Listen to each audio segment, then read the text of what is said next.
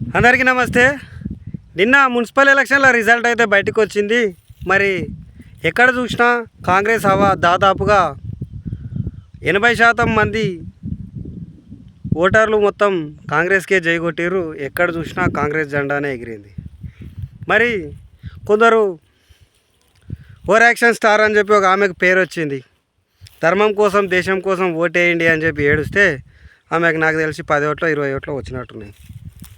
So పని అవసరం వచ్చినప్పుడే ప్రజల దగ్గరికి వచ్చి మిగతా టైంలో వాడు ఎవడో నాకు సంబంధం లేదని చెప్పి దూరం కొడితే ఆ 10 ఓట్లే వస్తాయి. ఎందుకంటున్నా అంటే నిజంగా నువ్వు ఒక లీడర్ అయిదాం అనుకున్నప్పుడు, నువ్వు సేవ చేద్దాం అనుకున్నప్పుడు నీకు పదవి అవసరం లేదు. కానీ అవసరం నేను నిలబడి ఇంకా పవర్ వస్తే నాకు ఇంకా మంచిగా సేవ చేయగలుగుతా అనుకుంటే నిలబడవచ్చు. కానీ నువ్వు సేవ చేద్దాం అనుకున్నప్పుడు ఎప్పుడైనా సరే ఎనీ టైం ప్రజలలో ఉంటే నువ్వు ఏ పార్టీ టికెట్ ఇవ్వకున్నా కానీ ఇండిపెండెంట్గా నిలబడ్డా కానీ కూడా నువ్వు గెలుస్తావు. దానికి చాలామంది కొందరు లీడర్లు గెలిచిరు కూడా అట్లా కూడా. సో ఏంటంటే అవసరానికి కాకుండా ఎప్పటికీ ప్రజలలో ఉండే నాయకుడిని మాత్రమే ఎన్నుకుందామని చెప్పి ప్రజలు కూడా ఆలోచన చేస్తారు. ఇది ఒక ఎత్తు అయితే, మరి మన over action star, suicide star పాడి కౌశిక్ రెడ్డి మామూలుగా తొడలు కొట్టలేడు, మామూలుగా మీసాలు మెలేయలేడు. ఓవర్ యాక్షన్ అంటే మామూలుగా లేదు. తీరా చూస్తే హుజరాబాద్ మున్సిపల్లో కూడా ఆయన జెండా ఎగరాలే, బీఆర్ఎస్ జెండా. ఎందుకంటే మనోడు ఓవర్ యాక్షన్ అని అర్థమైపోయింది. ప్రజలకి చేసింది ఏం లేదు. గెలిచినాక కనీసం ప్రజలలో ఎప్పటికి ఉంటేనేమో బాగా పోయిండు. కేటీఆర్ కాళ్ళు ఒత్తుకుంటా కేటీఆర్ వాడేసే డబ్బులు తీసుకొని ఇష్టం వచ్చినట్టు కాంగ్రెస్ వాళ్ళు అందిట్టడము, రేవంత్ అన్న అందిట్టడము, కాంగ్రెస్ సర్కారును బదలాం చేయడం. ఎందుకంటే కాంగ్రెస్ సర్కారు మంచిగా చేస్తుంది ప్రజలకు కాబట్టి ప్రజలందరూ కాంగ్రెస్కు మొక్కు చూపారు. నిజంగా ఆయన చెప్పినాయని నిజమైతే మరి ప్రజలు ఆయన పక్షాన ఉండాలి కదా, ఎందుకు లేరు? ఉండరు. మనోడు చాలా ఓవర్ యాక్షన్ స్టార్ కాబట్టి ఆయన మాటలు ఎవరు వినలేరు. ఇక పోతే తెలంగాణ మొత్తంలో మరీ పెద్ద ఓవర్ యాక్షన్ స్టార్ ఎవరున్నారంటే కేటీఆర్ మామూలుగా ఓవర్ యాక్షన్ కాదు. కర్మగాలి జెండా గిట్లా గెలిస్తే నీ పని చేపిస్తాం పొట్టోడా అంటాడు. వాస్తవానికి రేవంత్ అన్న కంటే పొట్టోడు మన కేటీఆర్. ఈయననేమో మూతి మీద మీసాలే ఉండయి, ఏతులు ఎక్కువ కొడతాడు. వెనుకడికి పెద్ద మనుషులు అంటూరి షెట్ ఎక్క శాతగానోడు మున్లాడడం ఉన్నాయని అన్నాడంట. మన కేటీఆర్ పరిస్థితి కూడా అట్లనే ఉంది. ఏడ కూడా ఆయనది నడుస్తలేదు. ఆయన శకం ముగిసింది, బీఆర్ఎస్ శకం ముగిసింది. కాబట్టి అందుకే మరి కేసీఆర్ కూడా నేనేం చేయలేను, ఈ ప్రభంజనం నడుస్తుంది, కాంగ్రెస్ ప్రభంజనం నడుస్తుంది, నేను ఈ కాంగ్రెస్ని తట్టుకోలేను, ముఖ్యంగా ఈ రేవంత్ రెడ్డిని తట్టుకోలేను, నేను ఆయనకు ప్రజాదరణ చాలా ఎక్కువ ఉంది, ఆయన వేసే ఎత్తుగడలు నేను తట్టుకోలేనని చెప్పి ఆయన గ్రహించి సప్పుడు చేయకుండా ఫామ్ హౌస్లకే పరిమితమయ్యి ఆయన పని ఏదో చేసుకుంటున్నాడు. ఈ ఓవర్ యాక్షన్ స్టార్ ఏంది, ప్రజలలో టైంకు ఉండడు. ఆయనను గెలిపించినటువంటి నియోజకవర్గంలో ఉండడు. ఎంతసేపు ట్విట్టర్నో లేకపోతే ఫేస్బుక్నో యూట్యూబ్నో, ఈ యూట్యూబర్లను, దొంగ మీడియాను, పైసలు ఇచ్చి కొనుక్కున్నటువంటి మీడియాను నమ్ముకొని వాళ్ళు ఏం చేస్తారు, డబ్బు ఇచ్చి పొగిడించుకున్నట్టు ఉంటుంది ఆయన పని. డబ్బు ఇస్తారు కాబట్టి ఆయనకు కేటీఆర్కే చేయకూడతాం. ఎందుకంటే ఆయన పెంచి పోషించినటువంటి మీడియా కదా. మరి వాస్తవానికి ప్రజలలో ఏం జరుగుతున్నదని ఒక్కసారన్నా తెలుసుకునే ప్రయత్నం చేస్తాడు ఆయన అంటే చెయ్యడు. ఎందుకంటే ఈయన కావాల్సింది పొగిడేటోళ్ళు. ఉన్న వాస్తవం చెప్తే వాళ్ళని దూరం కొడతాడు. ఇట్లాంటి దొంగ కథలు వాడి తీరా చూస్తే రాను రాను గ్రౌండ్ లెవెల్ల బీఆర్ఎస్ పార్టీ పరిస్థితి చాలా ఘోరంగా తయారు చేసుకుంటున్నాడు. దానికి కారణం ఎవరో కాదు, ఆయన పార్టీ పతనానికి ఆయననే మూల కారణం. ఏవైనా గెలిచినాయి, అవి ఏవైతే 15 సీట్లు గెలిచినాయో ఆ 15 సీట్లు కూడా నాకు తెలిసి ఈ కేటీఆర్ వాళ్ళ గెలవలేవు అవి. ఎందుకంటే ఆ లీడర్లు కొంచెం మంచోళ్ళు అయి ఉంటారు. ఆ క్యాడర్ ఎవరైతే ఉంటారో వాళ్ళు జర మంచోళ్ళు అయి ఉంటారు. ఈ కేటీఆర్ చెప్పినట్టు ఓవర్ యాక్షన్ చేయకుండా జర ప్రజలల్లో మెలిగి ఉన్న వాస్తవాలను ప్రజలలోకి తీసుకెళ్ళి, ఇంకోటి ఏంటంటే వాళ్ళు రేపో మాపో కాంగ్రెస్లో కలుస్తారు. నాకు తెలిసి ప్రజలకు ఆ మాట ఇచ్చుంటేనే వాళ్ళు ఓటేసి ఉంటారు.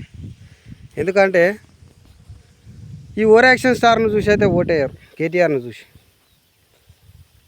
ఇట్లుంది పరిస్థితి. ఇక్కడ నుండి అయినా బుద్ధి తెచ్చుకొని కేటీఆర్ కొంచెం మారితే బాగుండే. ఎందుకంటే ఆయన మారడు. ఆయన పుట్టుకనే ఒక రాజకీయం నుండి ఒక కష్టాలు సుఖాలు అన్నీ తెలుసుకొని పుట్టుక నుండి ఉంటేనేమో బాగుంటుండే. ఆయనది మొత్తం దొంగ చరిత్ర. అమెరికాలలో పోయి అడ్డమైన కల్చర్ని అంతా రుద్దుకున్నాక ఇక ఇండియాలోకి వచ్చి ఇండియన్ కల్చర్కి కావచ్చు, తెలంగాణ కల్చర్కి కానీ అలవాటు పడాలంటే చాలా కష్టం. అందుకే అన్నీ చూతే పనులు చేస్తూ ఉంటాడు. చూతే పనులు చేసుకుంటూనే ఇట్లా ఓవర్ యాక్షన్ చేస్తూ ఉంటాడు. ఇక రాబోయే మున్సిపల్ అయిపోయినాయి, ఇక రాబోయే ఎంపీటీసీ జెడ్పీటీసీ ఎలక్షన్లలో కూడా ఈయన ఇట్లనే మిగిలితే ఇంకా ఘోరంగా బండకేసి కొడతారు ప్రజలు, తెలంగాణ ప్రజలు. ఇంకోటి ఏంటంటే ఈ మున్సిపల్ ఎలక్షన్లల్లో ముఖ్యంగా చెప్పుకోవాలి మనం ఏంటంటే బీజేపీని మనోడు ఎక్కడో మూలకు పడిపోయినటువంటి బీజేపీని కూడా లేపుతున్నాడు. ఎందుకంటే ఈయన మీద కొన్ని కేసులు ఉన్నాయి, మంచి మంచి కేసులు. ఫోన్ ట్యాపింగ్ కావచ్చు, కాళేశ్వరం సిట్ విచారణ కావచ్చు, ఈ రేజ్ కేసు కావచ్చు, ఇట్లాంటి కేసులన్నీ మంచి మంచి కేసులు ఉన్నాయి. ఇవి ఎందుకంటే ఫోన్ ట్యాపింగ్ ఒక దేశ భద్రతకు సంబంధించినటువంటి విషయం కాబట్టి అది చాలా ఘోరంగా ఉంటుంది ఆ కేసు. దాంట్లో ఇట్లంగా శిక్ష పడితే మనకి నాకు తెలిసి చాలా ఘోరంగా శిక్ష పడుతుంది. అట్లాంటి కేసుల నుండి బయటపడాలంటే ఇప్పుడు ఒకటే ఆప్షన్, మోడీకి జై కొట్టాల్సిందే, బీజేపీలతో చేతులు కలపాల్సిందే. కాబట్టి బీజేపీలతోటి చేతులు కలిపి ఈ ఎక్కడైతే బీజేపీ గెలిచిందో అక్కడ బీఆర్ఎస్